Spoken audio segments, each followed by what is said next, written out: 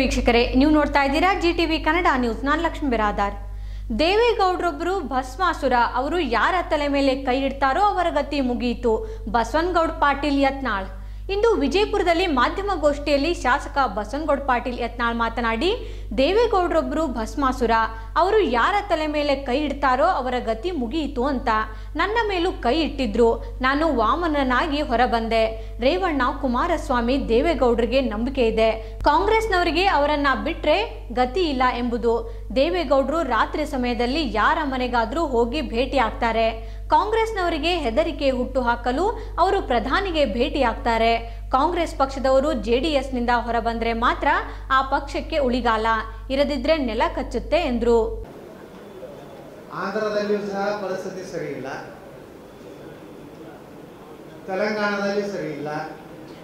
ಇಲ್ಲಿ ಎಲ್ಲಿನೂ ಅವರಿಗೆ ಸರಿಯಾದಂಥ ಲಕ್ಷಣಗಳಿಲ್ಲದಕ್ಕೆ ಅನಿವಾರ್ಯವಾಗಿ ಕಾಂಗ್ರೆಸ್ಗರು ಜೆಡಿಎಸ್ನವರ ಮನೆ ಬಾಗಿಲಿಗೆ ಹೋಗಿ ನಿಲ್ಲುವಂಥ ಪರಿಸ್ಥಿತಿ ನಿರ್ಮಾಣ ಆಗಿದೆ. ಇದೇ ರೀತಿ ಕಾಂಗ್ರೆಸ್ನವರು ತಮ್ಮ ನಡವಳಿಕೆ ಮುಂದುವರಿಸಿದ್ರೆ ಕರ್ನಾಟಕದಲ್ಲಿ ಕಾಂಗ್ರೆಸ್ನ ಅಂತ್ಯ ಆಗ್ತದೆ.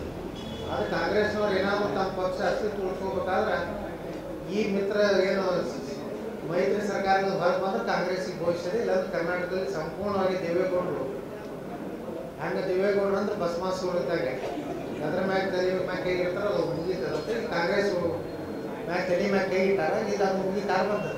ಈಗ ನಿಮ್ಮ ಮೇಲೆ ಕೈ ಇಟ್ಟಿದ್ದಾರೆ ಲಾಸ್ಟ್ ಟೈಮ್ ಗೌಡ್ರ ಬೇರೆ ಆಯ್ತಾ? ನನ್ನ ಮ್ಯಾಗ ಕೈ ಇಟ್ಟರು ನಾನು ವಾಮನನಾಗಿ ಕಡೆಯಾಗಲ್ಲ. ನರಸಿಂಹದೇವರ ಆಶೀರ್ವಾದದಿಂದ ಕಡೆಯಾಗಲ್ಲ. ಈಗ ಸರ್ ಲೋಕಸಭೆ ಚುನಾವಣೆಗೆ ದೇವೇಗೌಡರು ಮೋದಿಯವರು ಎಲ್ಲ ಒಂದು ಕಡೆ ಮಾತು ನಡೆಸಿದ್ದಾರೆ, ಒಂದಾಗ್ತಾರೆ ಅನ್ನೋದು. ಅವ್ರು ದೇವೇಗೌಡರು ಯಾವಾಗ ಯಾರು ಮಾತುಕತೆ ಮಾಡ್ತಾರೋ ಏನು ಆಟ ಆಡ್ತಾರೋ ಯಾರಿಗೂ ಹತ್ತದಿಲ್ಲ.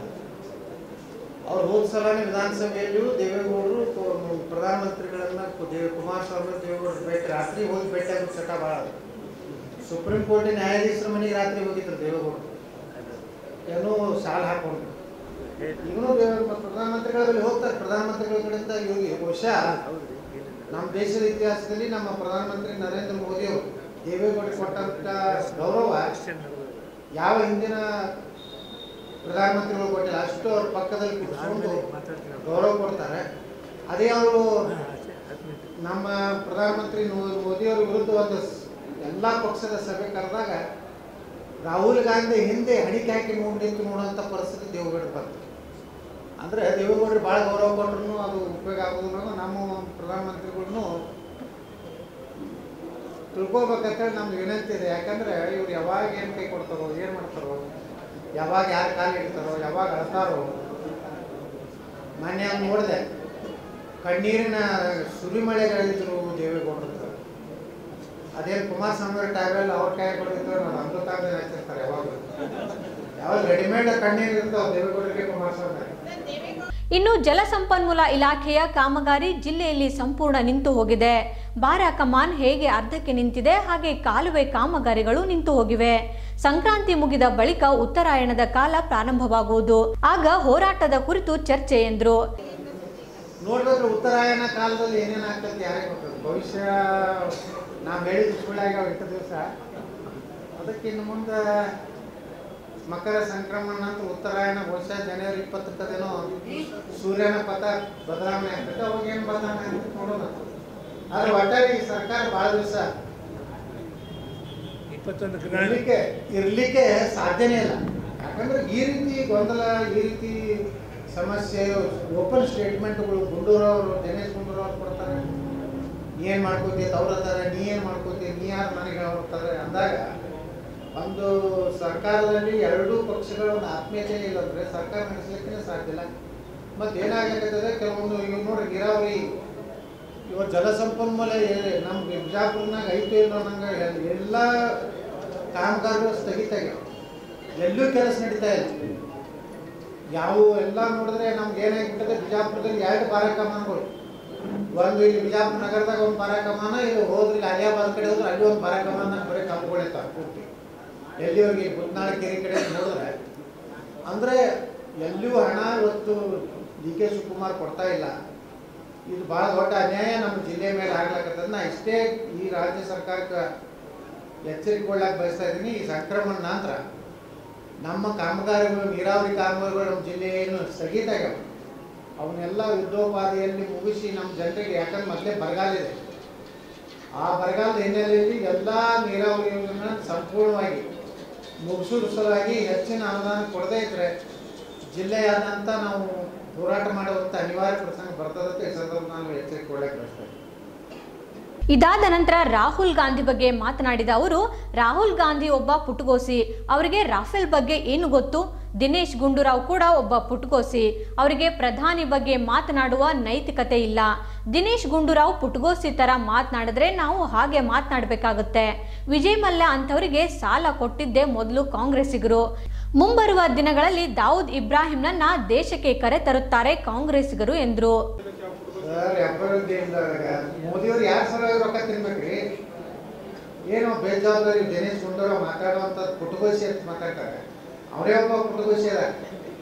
ಕಾಂಗ್ರೆಸ್ನ ಪುಟಗೋಸಿಗಳು ಇವರೆಲ್ಲ. ರಾಹುಲ್ ಗಾಂಧಿನೇ ಪುಟಗೋಸಿ ಅದಾರೆ ದೇಶನಾಗ.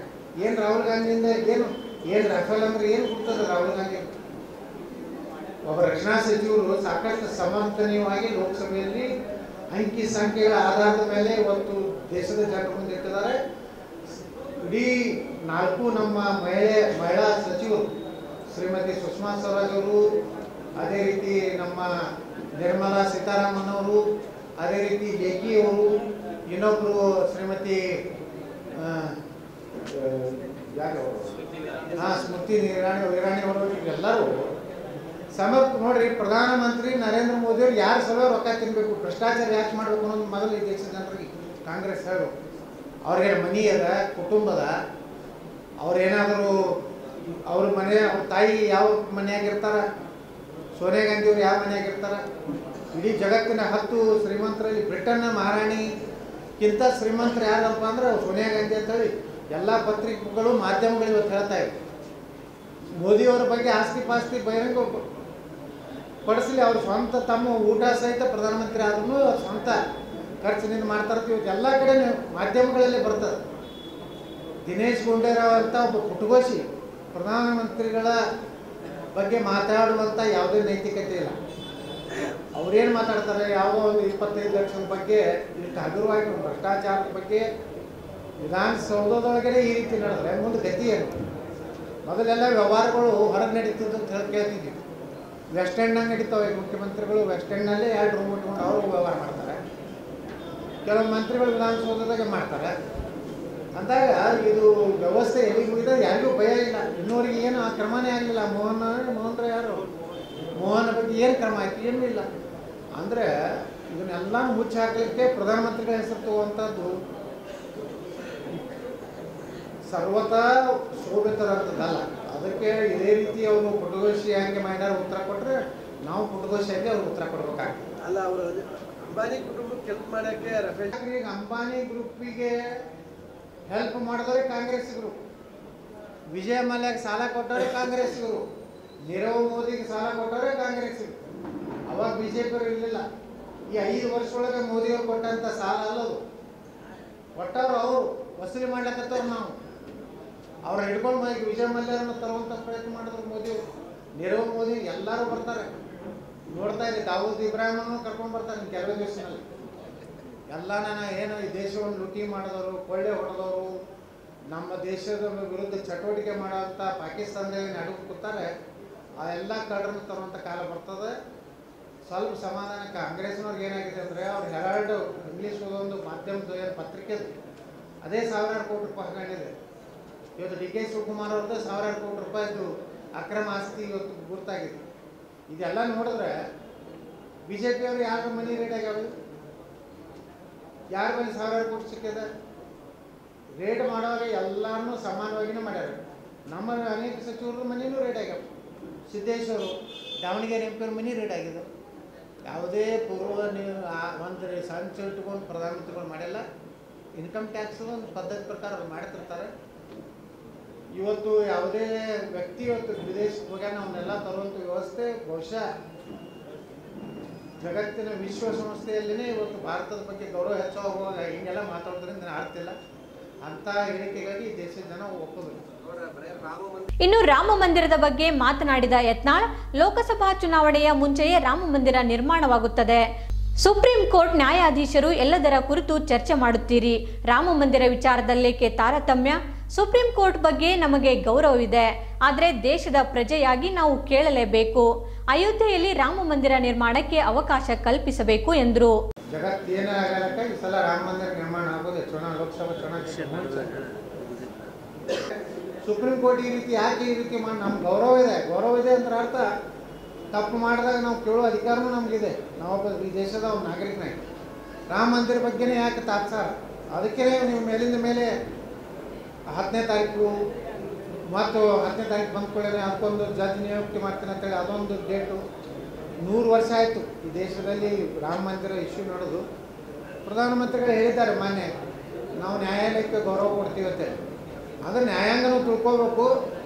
ಈ ದೇಶದ ಸಂವಿಧಾನಾತ್ಮಕವಾಗಿ ಪ್ರಧಾನಮಂತ್ರಿಗಳು ಹೇಳಿದ ಮೇಲೆ ತಕ್ಷಣ ಅದಕ್ಕೆ ನ್ಯಾಯ ಕೊಟ್ಟು ಅಯೋಧ್ಯೆಯಲ್ಲಿ ರಾಮ ಮಂದಿರ ನಿರ್ಮಾಣ ಮಾಡೋದಕ್ಕೆ ಅವರು ಅವಕಾಶ ಕೊಡಬೇಕು ಅನ್ನೋದೇ ನಮ್ದೆಲ್ಲ ಆಗ್ತಾ ಇದೆ. ಹಾಗೆ ಭಾರತೀಯ ವಿಕಾಸ ಸಂಗಮ ಕಾರ್ಯಕ್ರಮಕ್ಕೆ ಮೋದಿ ಬರದಂತೆ ತಪ್ಪಿಸಿದವರು ಯಾರು ಎಂದು ಗೊತ್ತು. ಲೋಕಸಭಾ ಚುನಾವಣೆಯಲ್ಲಿ ಜನ ತಕ್ಕ ಪಾಠ ಕಲಿಸ್ತಾರೆ ಎಂದು ಬಸವನಗೌಡ ಪಾಟೀಲ್ ಯತ್ನಾಳ್ ಆಕ್ರೋಶ ಹೊರಹಾಕಿದ್ರು. ಜಗತ್ತಿಗೆ ಗೊತ್ತಿದೆ. ಆ ಮೋದಿ ತಪ್ಪಿಸಿದ್ದಕ್ಕೆ ಅವ್ರಿಗೇನು ಶಿಕ್ಷೆ ಬರೋ ಲೋಕಸಭೆಯಲ್ಲಿ ಆಗ್ತದೆ. ಇದಿಷ್ಟು ಈ ಹೊತ್ತಿನ ಸುದ್ದಿ. ಮತ್ತಷ್ಟು ಸುದ್ದಿಗಾಗಿ ನೋಡ್ತಾ ಇರಿ GTV ನ್ಯೂಸ್. ಜಿ ಅಂದ್ರೆ ಇದು ಜೀನಿಯಸ್.